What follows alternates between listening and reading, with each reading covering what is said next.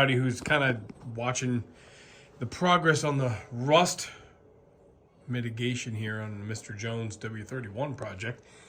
I feel like getting something done, but I don't feel like getting a whole lot done. You know what I mean? I just want to check something off the box. So just took some pictures of this because I haven't looked at this enough, so I have no idea what this really looks like. I'm going to go out to the parts car, and I think what I'm going to do is just get the generator going again, my little Honda generator, and my grinder, and I'm just going to cut a lot out of that car. I'm probably going to cut, you know, here and here, you know, the little spots of the other car, just to get the whole top half of the cowl out of that car so I can bring it in here. It's a nice afternoon. And like I said, I feel like getting something done, just not a whole lot of thinking. So let's take you guys out there and show you what I'm gonna work on. I'm out at the shell, and you know, I'm just with somewhat reckless abandon here. I'm just cutting the majority of the inner and outer cowl out of this car. So I'm just gonna come across here, get back into the body line where the cowl wraps down, over here, up along the bottom of the A-pillar. And then I'll just cut a couple of those whiskers for the dash, and in theory take this whole chunk out, just the way it's out of here, and I can bring it in the garage and then, you know, do my thing where I more accurately dissect things. But kind of back here in the scrap yard, my pile of ladders, you know, spare Flowmaster exhaust system in case you need it.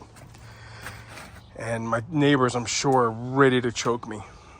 So I burned through a ton of grinder disc, you know, cut off wheels last night. So today I brought home the Sawzall, and I'll get this thing out hopefully pretty quickly. Anxious to see what it looks like on the underside. It looks great from the inside. Actually, if I can take you guys over here, it looks like ultra mint under here. It's been repaired, you know, there's definitely been some work in here before, and that's fine with me because, again, that's, you know, that's why this shell is here. Somebody did a lot of work and then they kind of, you know, abandoned what they were doing and, you know, made this body available. So again, this is pretty good. And this is where our car is really rotted. So I might end up using a little bit more of the inner than I'm thinking. But let's get it off and get a better look at it upside down, and of course it'll be cool to hold it up next to the Mr. Jones himself and see how it compares. So this is kind of a cool angle, I guess. Oh, this is what it looks like when you get it all cut up.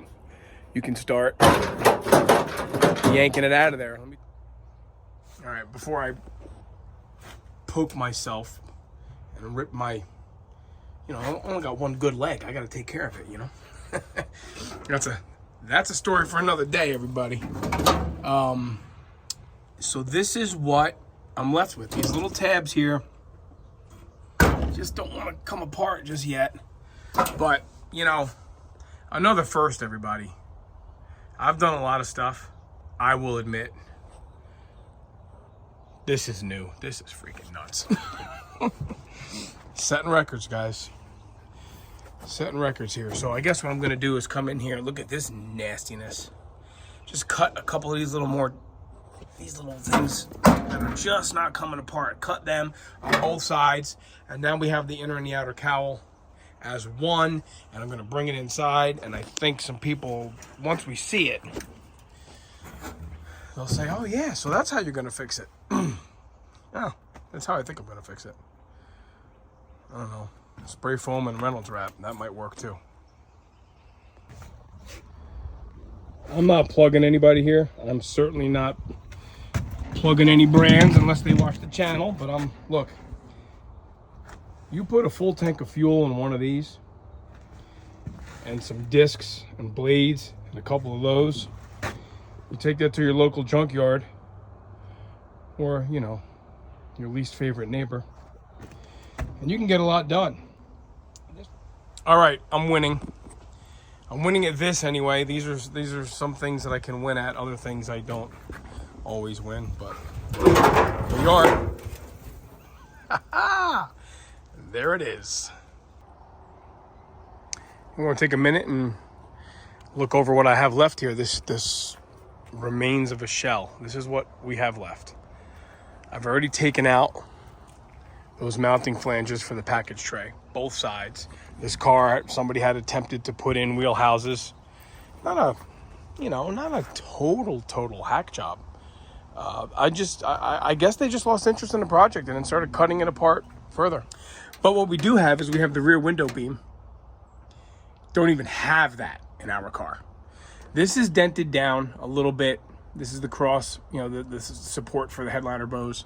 But this whole rear window beam is, whatever is there is completely rotted. So this I'm gonna have to salvage also, even if we don't use the roof. Up here, when the tree fell on our car, on Joe's car, the whole windshield support beam, this is not rot. This is just where, the headliner used to run. That's not rotted. But this is in much, much better shape than what we have. Ours is bent right there. We also have rot in here on the Mr. Jones car, and it's pretty badly kinked and smashed up there. So we might, there's rot here at the bottom of the A-pillar a little bit.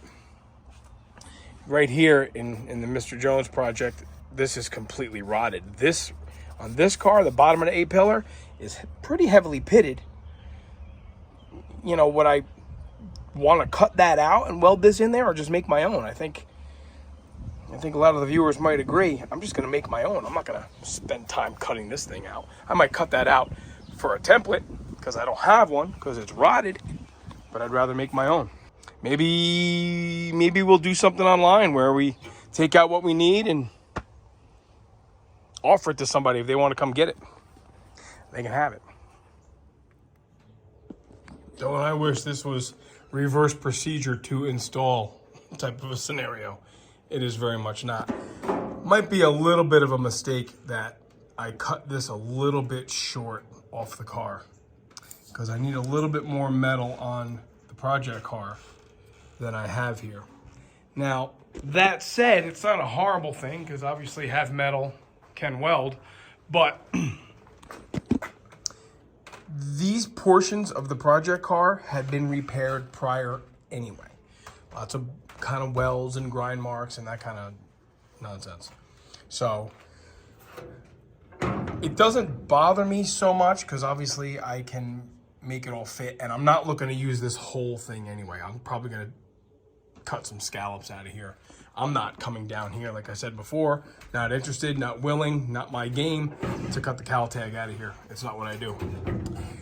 And I'm not starting now. So let's not have this thing drop on my dashboard. That would make me not so happy.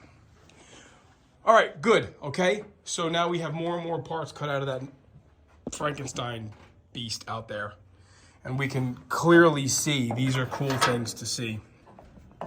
Windshield comes down and sits here on those bumpers, and the dashboard piece here. This is actually the dash. This is what you see through the windshield. Like Chevelles and stuff, this is the dash pad here on the Oldsmobile. The Chevelles and stuff, the dash pad will come over this way, and I can show you on that parts Chevelle out there, or John's car, or even my 68 that's in the trailer. But in any case, this is all painted interior color, like Alyssa's is blue. Okay, so you see this. This has to be in good shape. You can't just hide it with urethane and put a windshield in these cars, because it's not an option here. But let's get back on task here. You can see this is the inner cowl, and how you would never see this. This was rotted. Unless you got up underneath the dashboard, pulled all the insulation out, then you could see that maybe somebody had, fiberglassed all this or something. But this is really giving an inside view as to really how badly this car is rotted, and how there's no real better way to repair this than with a sound donor component. Not now, but the next step, a little tired from work today, but the next step would be to precisely cut out what I have to here, and then start laying those pieces onto the new donor cowl, so that I start taking out, more than what I need, so that I have more to work with, and then make it all work. Like you guys have seen me before, but it'll make more sense once it's all here. At least we have all the parts, and it's all coming together here in this respect as well. So, making good progress. I just need to make some time. It's tough this time of year, but I need to make some time to get in the garage and actually fabricate and make stuff fit. But I'm doing my best. Rainy days are good for that. All right. The neighbors are bringing over their kids to say hi. They're my biggest fan club, those boys, and that's cool. So I want to encourage them to check these cars out when they want to. I want to share what I'm going through now in the way of a thought process for these mounting flanges for the package tray. So we were missing the driver's side altogether. We only had the passenger side. Passenger side that I had did not match what we bought, what was brought out here from our good buddy in Ohio. So of course, I said to myself, well, we better make it match what we had. Because I didn't have the end of the package tray to compare it to.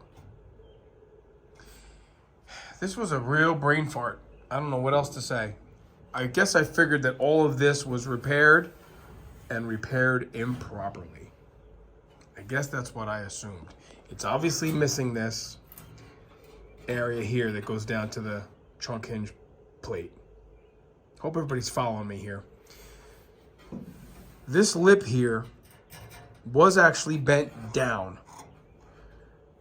And I thought that maybe it had just gotten bent, in transport or whatever. And that this was all kind of welded in by the previous attempt at restoration here. Oh, this must all be wrong. But the other mounting flange looked just like this. Come to find out, now we know this is 1968. Package tray is 1968, and this is correct for a 68. Now here's my conundrum. See how nice this fits? This piece obviously sits on top of that. My point is, it lines all up beautifully with the factory bend. Because this piece is all here. Again, repaired,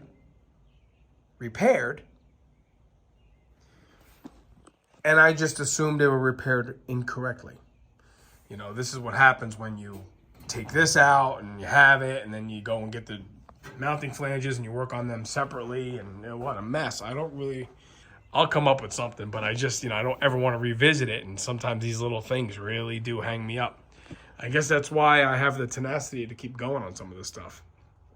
All right, let me share this with Joe and see what he says. I think that box is calling my name.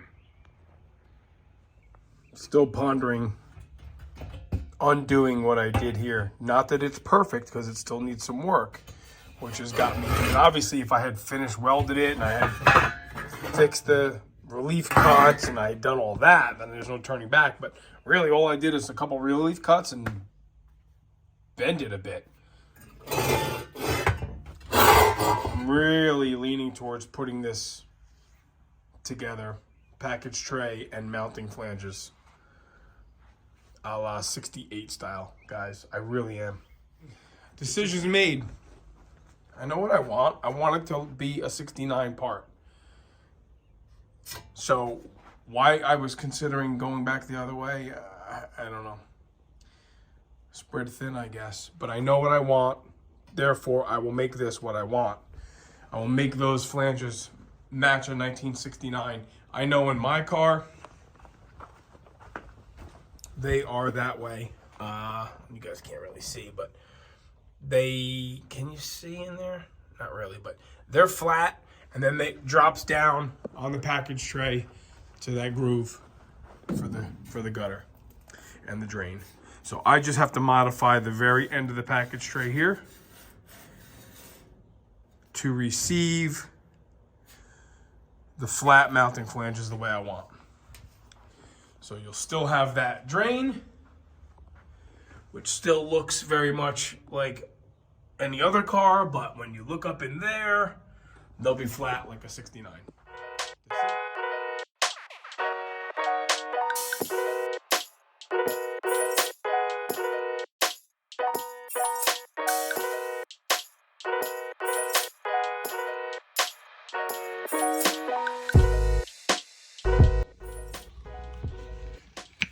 Well, after only a few minutes, I guess because I've done it before, using this as a mirror image here, right? I did my relief cut to match that one so that I could then, manipulate the shape of this a little more straight. Did my relief cut to match that one so I could get my upturn. And now we can see clearly that this does not match, right? Although it's close, it doesn't match. So this has to get cut on the one that I'm working on now. It's got to become a little bit, let me line this up a little bit better here for everyone to see. This is just too long. So this has to get cut back a little bit and then the bend brought down just a scotch. Easy peasy. All right. Back to time-lapseville you go.